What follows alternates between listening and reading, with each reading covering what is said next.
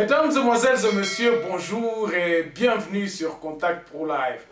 Heureux encore une fois de plus de me retrouver devant vous pour vous présenter un numéro où nous allons parler de l'état de siège. En tout cas, merci encore une fois de plus de nous avoir choisis. Vous pouviez cliquer sur d'autres chaînes, mais vous aviez choisi de nous suivre et de nous supporter. Cette perception de connaître que vous êtes en train de me suivre, et quand vous nous écrivez, quand vous nous laissez des messages, quand vous nous appelez, ça nous encourage d'aller encore beaucoup plus en profondeur dans ce métier que nous sommes choisis pour venir auprès de vous, apporter nos solutions, apporter nos propositions pour les solutions pour notre pays. Bandeko boyebi ke mboka na biso ezali kokende na étape moko ya makasi ya mabe. Alors, les propositions que nous faisons ici à Contact Pro Live, vous avez apprécié. C'est pour cela d'autres personnes m'appellent en me disant que na linga kate na raté ba réflexion na yo, et puis quelquefois aux alaka à côté, voici ce que nous pensons, et tout ça est dakangai ponako kende ko diriger ba sujet na biso ya autre na portaka na pesa ka ba solution. Nous passons beaucoup plus de discussions sur WhatsApp, sur téléphone. Bozé belé. Tant nous na recevaka plus de 10 calls après qu'on sa l'émission, ou bien le matin avant que nazo préparer l'émission msusu. Surtout tu à Kampala, tu aux États-Unis, tu à Canada, benga ngai, et ceux qui sont à Kinshasa aussi. Vraiment pesa ngai moi courage à koloba que non. Et loko tozoloba eza kokoya na mato ya batu oyo bakokipe ko supporter idée yango. Idée c'est quoi? L'idée c'est quoi? C'est que nous devons reconstruire notre pays. Na ndenge mboka na biso eza kokende boye, ezokende na ndenge malamu te. La façon dont notre pays est en train de partir, nous n'avons pas de base sur laquelle notre pays est assis. Alors, aujourd'hui, nous parlons de quoi? Nous allons parler de l'état de siège. Bandeko, il y a des choses qui sont inadmissibles au Ezako Salemana na côté est de la République démocratique du Congo. Ezala na Ituri, ezala na Beni. Pratiquement, la situation est similaire. Alors, les lots de sous Makambwa, état de siège, na katia forces armées congolaises, FARDC, na police na biso. Nous allons en parler et nous allons aussi brosser, parce que tout n'a qu'un moi, ma question, moi, belé, avant qu'on entame le sujet du jour, après que nous ayons lu les grands titres à la une des journaux, Tokolobela sur 4 sujets d'actualité, Tope Samakandis Nabiso. Alors, suivons d'abord les grands titres à la une des journaux qui paraissent ce matin sur Internet, et puis nous revenons tout de suite après pour le développement de notre sujet. Voici les grands titres à la une des journaux qui paraissent ce matin sur Internet. Nous commençons par élection.net. RDC, 600 millions de dollars pour les opérations d'enrôlement des électeurs, recensement et d'identification de la population. Afrique, le Mali prépare ses trains à l'hydrogène. On va sur actualité.cd. Exclusion des élèves du système éducatif. La VSV estime très grave la décision et appelle le ministre à se raviser. Et puis, Chopo, des experts de l'OMS déployés à Banalia où sévit la flambée de la méningite. On va sur Congo profond, Congo central, Matugwana out, remise et reprise ce mercredi 8 septembre. Et puis, RDC, l'évêque Pascal Mukuna et son éveil patriotique demandent un mandat d'arrêt international contre le général John Numbi. 7 sur 7, Kinshasa. Après la Mouka, le parti Mbosso CDR annonce une marche le 15 septembre pour soutenir les institutions. Puis 12 organisations de la société civile lancent le processus de plaidoyer sur la politique nationale énergétique. On termine par Radio Okapi. Regain d'insécurité dans certains quartiers de Kisangani. Et puis Kinnou, $50 d'amende pour le motard et parents qui troubleront l'ordre public après la publication des résultats de l'examen d'État. Merci, on se revoit demain dans un nouveau numéro. Au revoir. Alors, merci beaucoup Bandeko. Boyebi ke na Kinshasa actualité ça ko tourner sur tout autour ya ba sextape ya bana bazalaki les enfants qui se sont livrés par des scènes pornographiques et tout ça. Et vous m'aviez posé la question, c'est quelqu'un qui se trouve à Bukavu qui m'a posé la question de savoir est-ce que cette décision du ministre est-elle vraiment correcte? Bon, moi je ne veux pas m'y atteler beaucoup plus. Voici mon point de vue. Mes chers amis, ces enfants-là sont encore des enfants qui peuvent être emprisonnés ou bien tant qu'on soit prison, peine, et puis ils peuvent être corrigés. Mais dire que Toblongoli bango na classe, puis balongwa na classe, puis tout ça, on les diabolise. Et ça, ça la passe. Ça, ce ne sont que des enfants qui ont peut-être leur avenir devant eux. Ils ont peut-être encore 17, 18 ans, 19 ans. Ils ont peut-être encore 30 ans, 40 ans, 50 ans même à vivre sur cette terre. Okobanir bango, ce n'est pas bien. Moi, je pense que cette décision-là devrait être revue. Baluka ba décision moko appropriée pour na copinir banawana. On peut les mettre en prison peut-être bon, c'est selon la loi, moi je ne suis pas juriste, mais décision wana ezali malamute selon moi. Moi je ne peux pas supporter cette décision.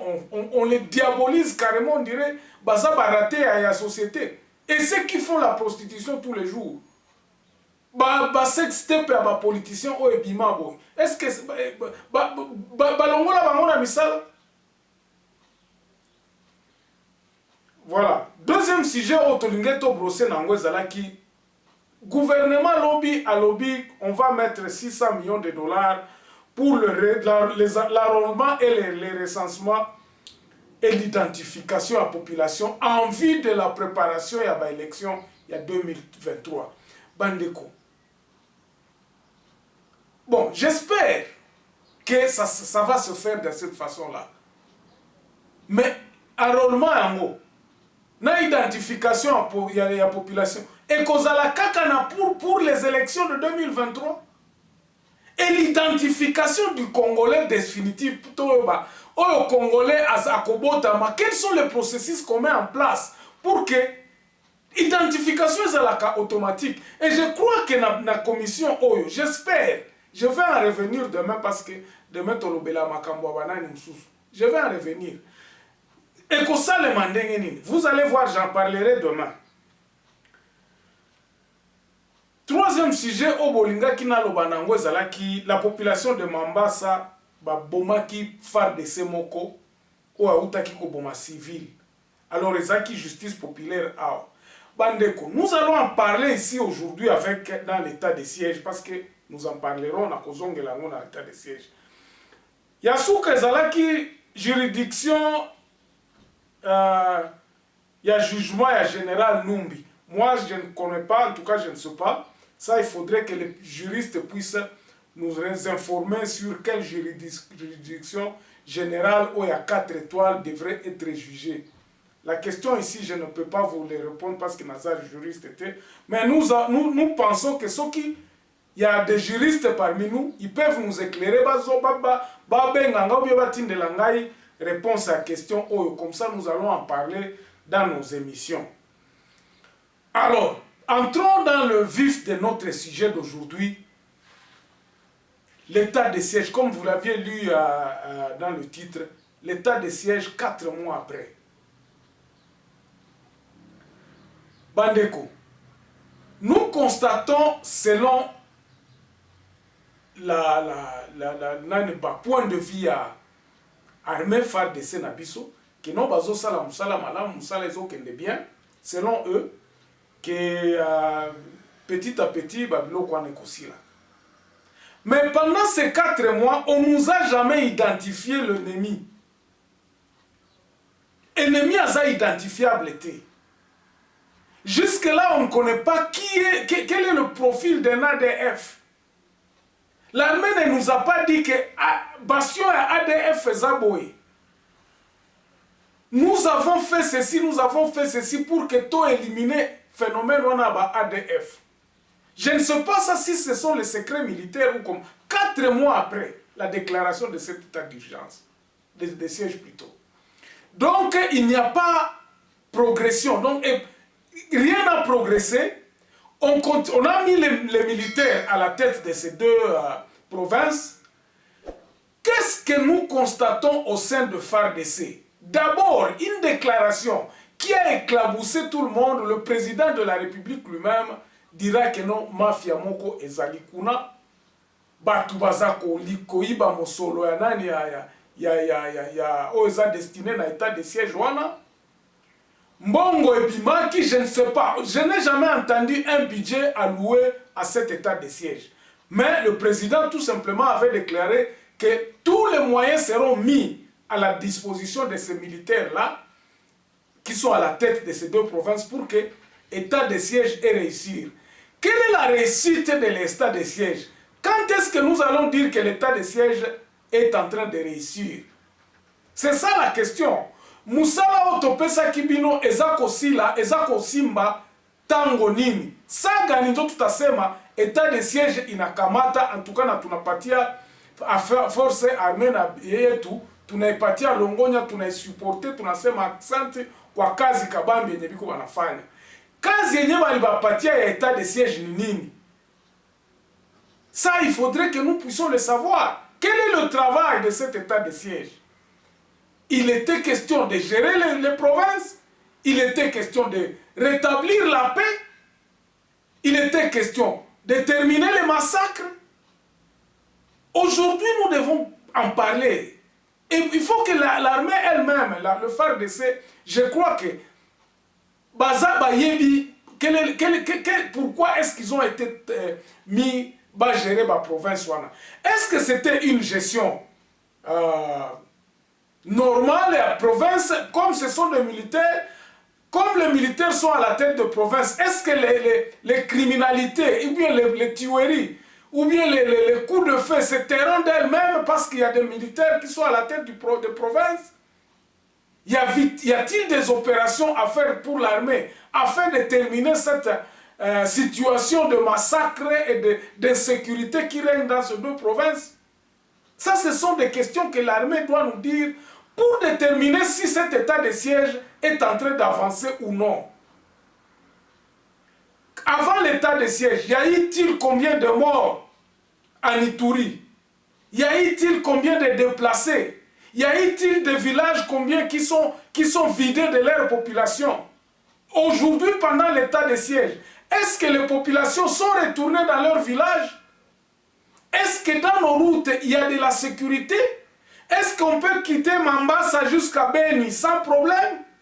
Est-ce que le FARDC est en contrôle des régions, des régions qu'ils occupent pendant l'état de siège? Ça, ce sont les questions que nous devons savoir et que nous-mêmes, nous pouvons répondre en disant que non. En tout cas, il y avait 50 morts. Aujourd'hui, il n'y a que 2 morts. Et puis, ce sont des situations sporadiques. Alors, l'état actuel, c'est comment? L'état actuel nous montre que avant l'état de siège, il y avait des insurrections sporadiques. Maintenant, l'ennemi frappe quand il veut. L'ennemi frappe quand il veut. Pendant cet état de siège, nous allons constater peut-être à Kalmi Moko, 2-3 jours après, Babomis 15, Babomis 20. Nous avons comptabilisé au mois de septembre, Yango Moko Kaka. Jusqu'hier, nous comptons 87 morts. Babatouabomi na Masasi.